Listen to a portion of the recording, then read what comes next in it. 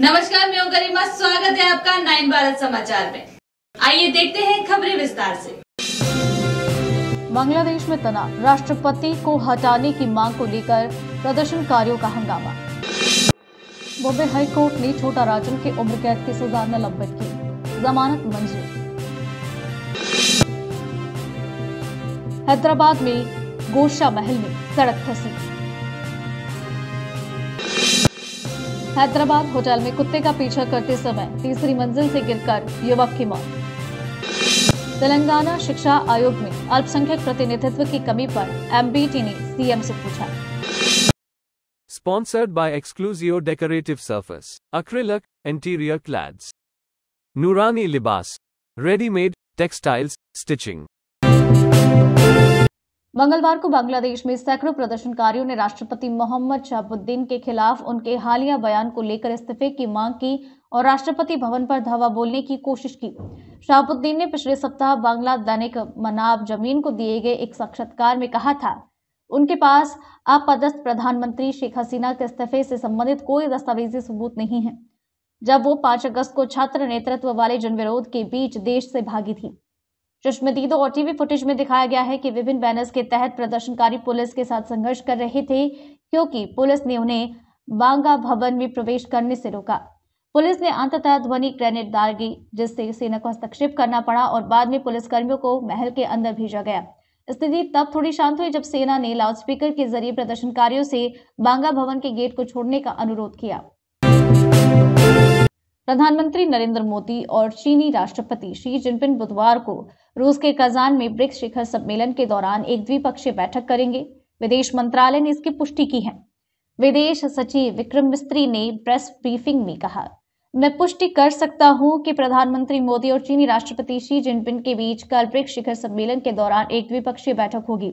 ये बैठक महत्वपूर्ण है क्योंकि नई दिल्ली और बीजिंग ने सोमवार को पूर्वी लद्दाख में वास्तविक नियंत्रण रेखा LAC पर गश्ती व्यवस्था को लेकर एक समझौता किया, जो 4 साल से चले आ रहे सैन्य गतिरोध को समाप्त करने में एक बड़ा कदम है।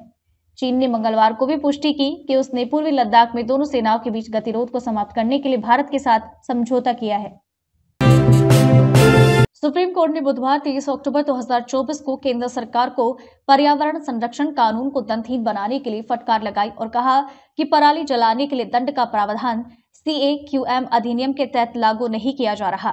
न्यायमूर्ति अभय S ओका, एहसानुद्दीन अमानुल्लाह और अगस्टीन जॉर्ज मसीह की पीठ ने कहा, 2021 में बनाए गए राष्ट्रीय राजधानी और आसपास के क्षेत्रों में वायु गुणवत्ता प्रबंधन आयोग अधिनियम CAQM अधिनियम को बिना उचित व्यवस्था के लागू किया गया, जिससे वायु प्रदूषण को रोकने के उपाय प्रभावी नहीं हो सके। केंद्र की ओर से पेश हुई अतिरिक्त सॉलिसिटर जनरल ऐश्वर्या भाटी ने कहा कि CAQM अधिनियम की धारा 15, जो पराली जलाने के लिए दंड का प्रावधान करती है, उसे प्रभावी ढंग से लागू किया जाएगा और इसके लिए 10 दिनों के भीतर नियम जारी किए जाएंगे। भाटी ने बताया कि पंजाब के अमृतसर, फिरोजपुर, पटियाला, संगरूर, तरन तारण जैसे जिलों में पराली जलाने के 1000 से ज्यादा मामले सामने आए। 16 अक्टूबर को शीर्ष अदालत ने पराली जलाने के मामले में दोषियों के खिलाफ कार्रवाई न करने पर पंजाब और हरियाणा सरकारों को फटकार लगाई और राज्य के मुख्य सचिवों को 23 अक्टूबर को अदालत में पेश होने का आदेश दिया था। गुजरात में एक शख्स को मंगलवार को नकली कोर्ट चलाने और जमीन विवाद से जुड़े मामले में आदेश पारित करने के आरोप में गिरफ्तार किया गया। ये मामला तब सामने आया जब अहमदाबाद सिटी सिविल कोर्ट में एक पुलिस शिकायत दर्ज कराई गई और मामले की सुनवाई हुई। पुलिस के अनुसार आरोपी की पहचान मॉरिस सैमुअल क्रिश्चियन के रूप में हुई, जो 2019 में विशेष रूप से गांधीनगर इलाके में भूमि सौदों से जुड़े मामले में फैसले सुना रहा था। क्रिश्चियन ने अहमदाबाद में एक नकली मध्यस्थता केंद्र स्थापित किया था और सरकारी जमीन पर आदेश पारित किया। शिकायत के अनुसार मॉरिस सैमुअल ने खुद को जज बना लिया था। आरोप है कि उसने नकली कोर्ट का निर्माण किया, जिससे कई लोग ये विश्वास करने लगे कि वो असली कोर्ट में अपने मामले लड़ रहे हैं। शिकायत में ये भी कहा गया कि क्रिश्चियन ने सभी फैसले अपने ग्राहकों के पक्ष में दिए। धोखाधड़ी के इस मामले का खुलासा तब हुआ जब अहमदाबाद के करंज पुलिस स्टेशन में सिटी सिविल कोर्ट भद्र के रजिस्ट्रार हार्दिक देसाई ने क्रिश्चियन के खिलाफ शिकायत दर्ज कराई, जिसके बाद आरोपी को गिरफ्तार किया गया और उसकी नकली अदालत को बंद किया।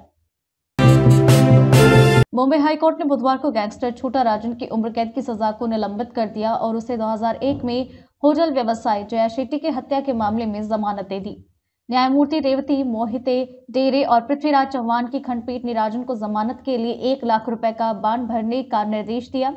अदालत ने कहा कि राजन को इस मामले में जमानत दी जा रही है, लेकिन अन्य आपराधिक मामलों के चलते वो जेल में ही रहेगा। गौरतलब है कि इस साल मई में एक विशेष अदालत ने छोटा राजन को होटल व्यवसायी जया शेट्टी की हत्या के मामले में दोषी ठहराते हुए आजीवन कारावास की सजा सुनाई थी। यह हत्या 2001 में हुई थी और राजन पर आरोप था कि उसने अपने आपराधिक गिरोह के जरिए इस हत्या को अंजाम दिया। छोटा राजन वर्तमान में दिल्ली के तिहाड़ जेल में बंद है, जहां वो वरिष्ठ क्राइम रिपोर्टर जेडे की हत्या के मामले में पहले से ही उम्र कैद की सजा काट रहा है। अदालत में पेश दस्तावेजों के अनुसार राजन पर भारत और विदेशों में कई आपराधिक मामलों में संलिप्तता के आरोप है, जिनमें हत्या, अपहरण, जबरन वसूली जैसे कई गंभीर आरोप शामिल। बुधवार सुबह कोषाबहल के चक्कनवाड़ी के पास नाले के किनारे सड़क का एक हिस्सा धंस गया, जिससे इलाके में हड़कंप मच गया। इस घटना से स्थानीय निवासियों और राहगीरों में दहशत फैल गई। हालांकि सौभाग्य से कोई घायल नहीं हुआ।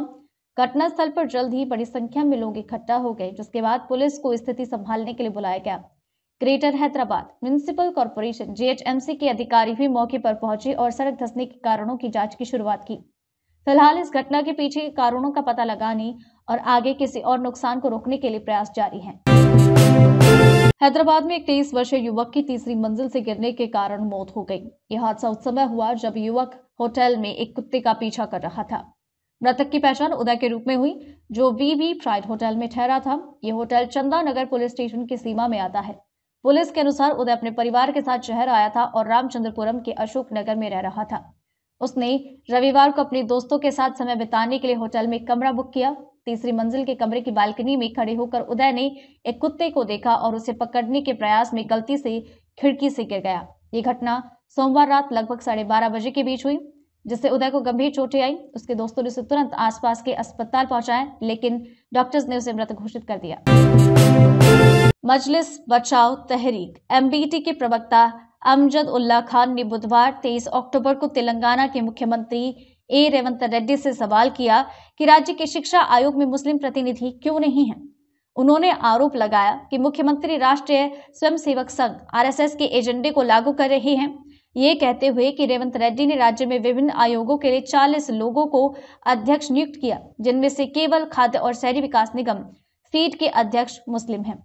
MBT के प्रवक्ता ने मांग की अल्पसंख्यकों को भी तेलंगाना शिक्षा आयोग का उपाध्यक्ष या सदस्य नियुक्त किया जाए और सरकारी आदेश 18 और 33 में अल्पसंख्यक शब्द को शामिल किया जाए। सरकारी आदेश 18 के तहत सरकार ने पूरे राज्य का एक व्यापक दरवाजे से दरवाजे तक का सर्वेक्षण सामाजिक, शैक्षिक, आर्थिक, रोजगार, राजनैतिक और जातीय सर्वेक्षण कराने का आदेश दिया था।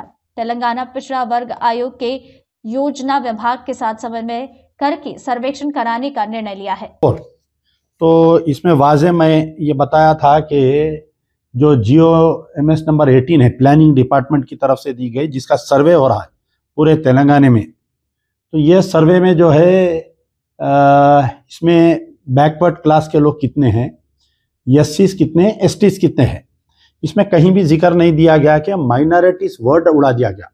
अब मैं इसमें ये बतलाना सवाल कर रहा हूँ कि क्या पूरे तेलंगाना में रेवंत रेड्डी जी को जो है, रेवंत रेड्डी साहब को एक मुसलमान नहीं मिला? बोलिए, चेयरमैन अकुनु मुरली IAS रिटायर्ड, 6 के 6 पूरे गैर मुस्लिम है।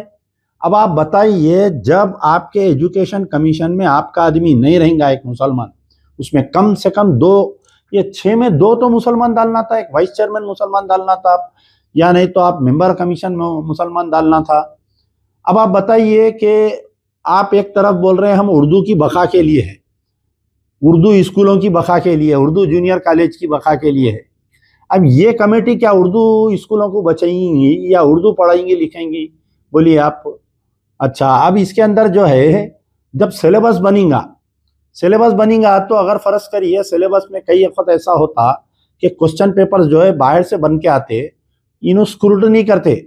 अगर कोई क्वेश्चन में इस्लाम के ताल्लुक से, कुरान के ताल्लुक से या सरकार दो आलम सल्लल्लाहु अलैहि वसल्लम की शान में अगर कोई गुस्ताखी का सिलेबस आ गया, तो ये 6 आदमी प्लस 1 ये कमीशन ये बता सकते क्या? बोलिए, इसमें एक मुसलमान क्यों नहीं है? वो जो तमाम लोग मेरी तनकीद कर रही या मेरे खिलाफ में स्टेटमेंट दे रही, देखिए मैं जब भी कोई बयान देता हूँ या कोई हुकूमत को या किसी को मैं तनकीद का निशाना बनाता हूं तो इसमें हमारा कोई जाती वो नहीं रहता। जब हम बीआरएस के दौर में हम उनकी नुक्ताचीनी करते थे तो कांग्रेस वाले खुश होते थे, बीआरएस वाले हमको बोलते थे कि इन कांग्रेस से मिले हुए हैं बोल के। अब जब हम कांग्रेस के दौर में ये 9 महीने में जो जो नाइंसाफियां हो रही मुसलमानों के ताल्लुक से हम ये बता रहे, तो अब कांग्रेस वाले बोल रहे हैं इन बीआरएस से मिले हुए हैं। तो अब ये GOMS नंबर, ये memo number 1367 constitution of Telangana education commission में एक मुसलमान क्यों नहीं है? आप बताइए। जो गांधी भवन के तहरत के ढेले हैं ना, मैं उनसे ये पूछ रहा हूं कि ये बताइए कि आप जो है ये GOMS नंबर में तो आप आके तरदीद करें कि नहीं ये ऐसा नहीं है, वैसा नहीं है, वैसा नहीं है। हैदराबाद में कारपोरेशन का टाइम दिसंबर में खत्म हो रहा, दिसंबर के बाद में जो कमेटियां बनती है पूरे ऑफिसर्स आते। ग्रेटर हैदराबाद म्युनिसिपल कारपोरेशन में तकरीबन ऑफिसर हिंदू है, जो भी ऑफिसर रहता वार्ड का जो यही रहता उसको चेयरमैन बना देते। तो बहरहाल वो तमाम तहरत के ढेलों को मैं ये पूछना चाह रहा हूँ कि भाई इसके अंदर आप अक़लियती है ना। सबसे पहला मेरा सवाल है कि हमारे जो सियासी सलाहकार है मोहम्मद अली शब्बीर साहब, जो government adviser to minority issues SC STs and BCs, क्या आपकी बगैर नज़रों के ये GO इश्यू हुआ क्या? आप बताइए। तो आप इसके अंदर क्यों नहीं बोले? मोहम्मद अली शब्बीर साहब जब तक अपोजिशन में थे उन्होंने 12 KCR को सवाल करते थे कि भाई 18 वाइस चांसलरों में आप एक मुसलमान नहीं डाले, बल्कि मैं आपसे सवाल कर रहा हूँ कि 7 एक मेंबर कमीशन, एक चेयरपर्सन और 6 मेंबर्स में क्या आपको एक मुसलमान नहीं मिला क्या? बताओ साहब आप। ये तमाम अक़लियती कायदीन से कांग्रेस के मैं सवाल कर रहा हूँ कि भाई ये क्या हो रहा कांग्रेस में। हैदराबाद में सोने के रेट आज नई ऊंचाइयों पर पहुंच गए। 24 कैरेट सोने की कीमत 80,000 रुपए के पार हो गई है। ये वृद्धि अक्टूबर के पूरे महीने में लगातार जारी रही। आज हैदराबाद में 22 कैरेट सोने की कीमत 10 ग्राम की कीमत 73,400 रुपए है, जबकि 24 कैरेट सोने की कीमत 80,070 रुपए तक पहुंच गई है। यह रिकॉर्ड तोड़ आंकड़े 22 कैरेट और 24 कैरेट सोने की कीमतों में महीने की शुरुआत की तुलना में 4.11% की बढ़ोतरी को दर्शाते हैं। अक्टूबर की शुरुआत में 22 कैरेट सोने की कीमत 70,500 और 24 कैरेट सोने की कीमत 76,910 रुपए थी। आज के रेट में 22 कैरेट सोने के लिए 400 रुपए और 24 कैरेट सोने के लिए 430 रुपए की वृद्धि हुई, जो कि समग्र मानसिक मूल्य वृद्धि में योगदान दे रही है। हैदराबाद में सोने की दरों के लिए एक नई उच्चता को दर्शाता है, जो लगातार बढ़ती कीमतों के रुझान को उजागर करता है। बांग्लादेश में तनाव, राष्ट्रपति को हटाने की मांग को लेकर प्रदर्शनकारियों का हंगामा। बॉम्बे हाई कोर्ट ने छोटा राजन की उम्र कैद की सजा निलंबित की, जमानत मंजूर। हैदराबाद में गोशा महल में सड़क धंसी। हैदराबाद होटल में कुत्ते का पीछा करते समय तीसरी मंजिल से गिरकर युवक की मौत। तेलंगाना शिक्षा आयोग में अल्पसंख्यक प्रतिनिधित्व की कमी पर MBT ने CM से पूछा। Sponsored by Exclusio Decorative Surface, Acrylic, Interior Clads, Nurani Libas, Ready-made, Textiles, Stitching। अभी के लिए इतना ही। लगातार खबरों के लिए बने रहिए हमारे साथ। नमस्कार।